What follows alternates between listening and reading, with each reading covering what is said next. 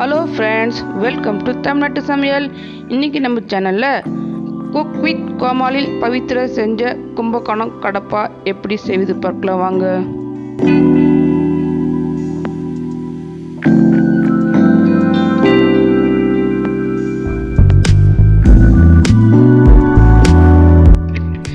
நான் இன்னைக்கு குக்கர்ல ஒரு டம்ளர் அளவுக்கு பைத்தம்பருப்பு எடுத்துருக்கேன். லைட்டாக வறுத்து எடுத்துக்கலாம், ரொம்ப வறுக்க வேண்டாம். இதுக்கு தண்ணி 3 டம்ளர் எடுத்துக்கிறேன். எந்த டம்ளர் எடுத்துறீங்களோ அந்த அளவு 3 டம்ளர் எடுத்துக்கோங்க. உருளைக்கிழங்கு வந்து 2 தோல் தீவி இதேமாரி பீஸ் பீஸாக கட் பண்ணி எடுத்துருக்கேன்.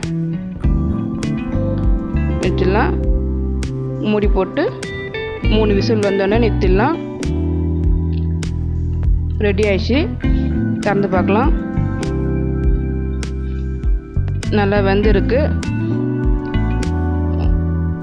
உருளைக்கிழங்கு தனியாக எடுத்துக்கலாம்.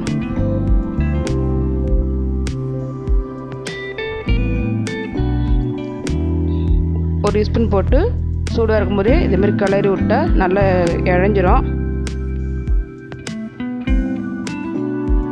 தனியாக எடுத்து வச்சுக்கலாம். ஒரு வானலில் 2 ஸ்பூன் ஆயில் விடுறேன். எண்ணெய் காஞ்சதும் 1/2 ஸ்பூன் கடுகு, 1/2 ஸ்பூன் உளுத்தம்பருப்பு, ஒரு பட்டை, 4 கிராம்பு எடுத்திருக்கேன் தாளிக்கிறதுக்கு. வெங்காயம் 2 எடுத்திருக்கேன், நீட்டாக கட் பண்ணியிருக்கேன். வதக்கலாம். நல்லா வதங்கணும். வெங்காயம் நல்லா வதக்கலாம். ஒரு கொத்து கருவேப்பிலை கழுவி எடுத்துருக்கேன், போட்டுடலாம். 2 வெங்காயம்னா ஒரு பெரிய தக்காளி போதும். தேவையான உப்பு போட்டுடலாம். நல்லா வதங்க வெங்காயம். ஒரு தக்காளி போட்டுடலாம். நல்லா தூளாக கட் பண்ணி வச்சுருக்கேன். இப்போ மூடி ஒன்று போட்டு மூடிடலாம், சீக்கிரம் வதங்கும். அந்த சமயத்தில் மிக்சியில் 1/2 மூடி தேங்காய், 2 துண்டு இஞ்சி, ஒரு 10 பல் பூண்டு, நான் காரத்துக்கு பச்சை மிளகாய் 5 எடுத்துருக்கேன். நீங்கள் எவ்வளோ வேணுமோ பார்த்து எடுத்துங்க. 1 ஸ்பூன் கசகசா, 1 ஸ்பூன் சோம்பு, 3 ஸ்பூன் உடச்சக்கல்ல. இது வந்து 1/2 டம்ளர் தண்ணி ஊற்றி நைஸாக அரைச்சிக்கலாம். இப்போ வந்து திறந்து பார்க்கலாம். இது நல்லா வதங்கியிருக்கு. 1/2 ஸ்பூன் மஞ்சள் தூள் போடுறேன் கலருக்கு. நல்லா வதக்கலாம். இந்த அரைச்சி வச்ச விழுதை இதில் போட்டு சும்மா 1/2 டம்ளர் தண்ணி ஊற்றி கலரி விடுறேன். ரொம்ப கட்டியாகவும் இருக்கக்கூடாது, தண்ணியாகவும் இருக்கக்கூடாது. 1/2 டம்ளர் தண்ணி ஊற்றி மறுபடியும் கொஞ்சம் கலரி விடுறேன். இந்த விழுது, இந்த பருப்பு விழுது வந்து போட்டு கலந்துடலாம், கலரி விட்டுடலாம்.